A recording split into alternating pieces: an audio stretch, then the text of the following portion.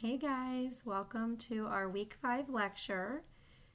This week we're going to discuss argumentation because our project 3 is going to be an argument essay. So I want us to get prepared and thinking about our next project as we wrap up project 2. Let me move my camera out of the way. Okay. So for this week we read the essay by Jones, and the first part of the essay addresses the problems with argumentation. Arguments often come off as a fight, and this couldn't be farther from what an effective academic argument is. So Jones uses metaphors of war, which is definitely problematic, but when we discuss argument, we use words like win or lose, and that we need to defend our position. And these kinds of terms, like battle terms, are problematic because it prohibits us from making good arguments if we view arguments in this way.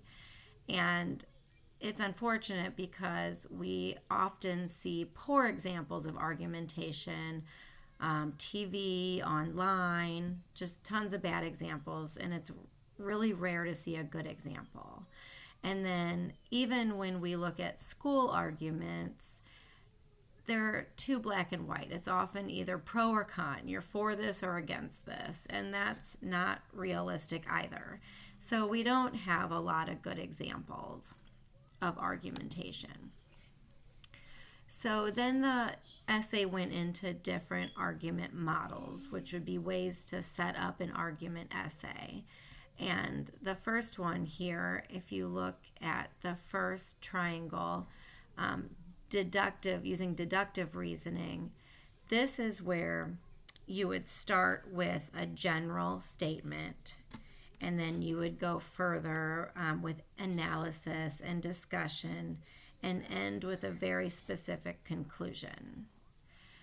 And then the opposite of that would be inductive reasoning. And this is what we did in Project 1, right? Because we started with a very specific claim, or in our case, we started with a photograph. And then we branched out from there and became, we described our photo, and then we started talking about how this teaches the audience something about us. Or if it was an argument, you'd start with a specific claim and then use evidence, but then you would go to a more general conclusion. So this would be two different ways to set up an argument essay. And then there was also, my slides messed up. Another model that was discussed in the article was the Toulmin model, and this is where we just learn some terminology that we use to discuss argumentation. So it talked about claim. Your claim is your position that you're taking, or the stance you're taking on a position your position on the issue that you are going to discuss in your essay. Data, which is just the evidence that you're going to use to support your position on the issue. Warrant, which is the reasoning you use to explain why the data that you are showing proves the claim to be true. So this would be your voice in the paper and your reasoning. And then backing would be additional information added to the essay to strengthen the warrant. And then a rebuttal. This is where we look at the opposing viewpoint. So you make a point to show the flaws in the claim or the other position and show why they are faulty. And qualifiers. It's important to use qualifiers. Qualifiers are words that limit a position.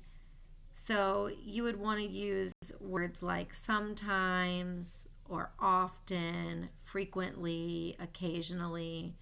We don't want to say that this always happens 100% of the time. So I put there to avoid words like never, none, always, definitely. You don't want to ever say, this never ever happens no matter what, or this always happens 100% of the time. So you want to use a qualifier in your argument, in your thesis statement, and you can argue like this often happens or frequently happens. But you never want to 100% say that this thing definitely happens no matter what. And then at the end of the article, Jones went through 10 rules for argumentation. And I'm going to just pick 5 of them to discuss here for our lecture. And then what I did was I gave a bad example for each one, just to get us thinking about each one. So the first rule, freedom rule. So you don't want to minimize others' opinions or attack their character. You want to attack their argument, but not their person. So a bad example for this, we can't trust Dr. Smith's arguments about the Federal Reserve Bank. She didn't pay her taxes this year or last year. So in this case, we're attacking Dr. Smith's character instead of addressing her arguments. Okay, the second one, burden of proof rule. So it's your job. You are required to provide evidence for any position that you put forward. And you want to use credible sources, statistics, facts, but it's your job to provide that evidence to support your argument or your position. So a bad example here would be ABC company isn't a trustworthy business. I heard it from someone and that's just my opinion. So here you're not giving any evidence. You're just saying you heard it from someone else, so it must be true. It's your job to give evidence there. Number 3, the standpoint rule. So you want to respond to an opponent's argument, not other issues. So we don't want to bring up other issues that are off topic. So a bad example here. So in a debate about gun control, the argument quickly goes off the rails. So you've got 2 sides. You have the pro-gun control, which, I support stricter regulations. That's their argument. And then you've got the pro-gun rights. And then on their side, they're just saying, you just want to take our guns. So both sides quickly make it about something else and they don't discuss the issue at hand. So you want to make sure always to respond to the argument and not bring up other issues. Number 6, starting point rule. So when debating or in response to an argument, all parties must agree on an opening standpoint. So we're going to use gun control as an example, or a bad example again. So in a debate about gun control, both sides speak about different standpoints. So they don't even start at the same point. So pro-gun control would say something like, I believe more strict regulations must be put in place to protect our citizens.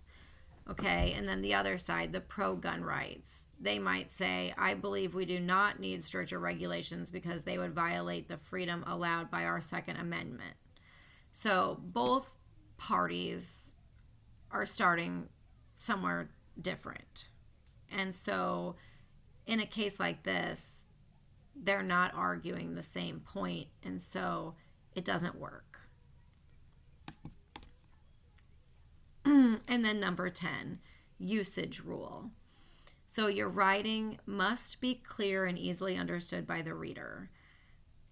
Sometimes we think that if we use big words and sound important, that strengthens our argument. But really, we're just not being clear. And that's actually a bad thing when you're writing an argument. When you're writing an argument, you want to be clear and concise. So it's better just to say it the way you normally would instead of trying to think of a fluffier way to say it. I can't, like here's a bad example. I'm not going to read it. I'll give you a second. But this like says absolutely nothing. They just wanted to sound important. And like if you look at that, it's hard to even figure out what they're trying to say.